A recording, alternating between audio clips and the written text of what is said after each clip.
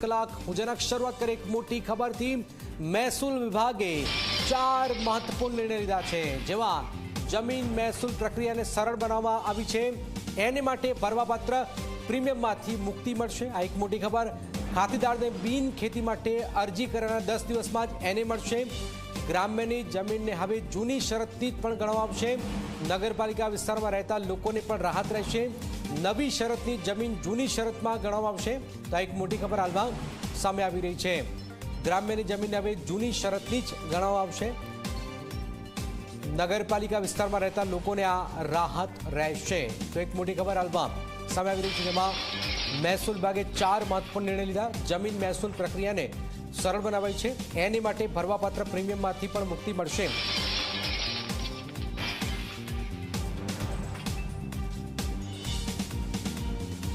ગ્રામ્ય અને નગરપાલિકા વિસ્તારમાં ખેતીની જમીનો માટે નવી અવિભાજ્ય કે પ્રતિબંધિત સત્તા પ્રકારની જે જમીનો છે તે હવે પછી જૂની શરતમાં ગણાશે, તેમજ તેને એને માટે કોઈ પણ પ્રકારનું પ્રીમિયમ ભરવાનું રહેશે નહીં।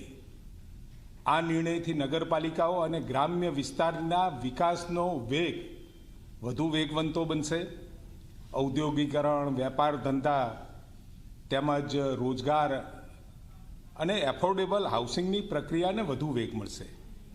અગાઉ રાજ્યની અંદર ખેતીથી બિનખેતીમાં તમામ જગ્યાએ એને માટે પ્રીમિયમ ભરવું પડતું હતું, પરંતુ હવે આ નિર્ણય બાદ નગરપાલિકા અને ગ્રામ્ય વિસ્તારમાં બિનખેતી કરાવવા તેમજ રિવાઇઝ એને કરાવવા માટે કોઈ પણ પ્રકારનું પ્રીમિયમ ભરવાનું રહેતું નથી। તો નવી જંત્રી અંગે પ્રવક્તા મંત્રી ઋષિકેશ પટેલે આ એક મોટી વાત કહી છે। નવી જંત્રી પર બાંધા સૂચનો પર વિચારણા હાલમાં થઈ રહી છે। આ પ્રકારની વાત હાલમાં કરવામાં આવી રહી છે। હજુ કોઈ નિર્ણય કર્યો નથી। ઋષિકેશ પટેલ તરફથી આ સ્પષ્ટ વાત સામે છે કે હજુ કોઈ નવી જંત્રી પર કોઈ નિર્ણય આવ્યો નથી। નવી જંત્રીનો નિર્ણય લેવામાં આવશે ત્યારે જાહેરાત પણ કરાશે। આ વાત ઋષિકેશ પટેલ તરફથી કરાઈ છે।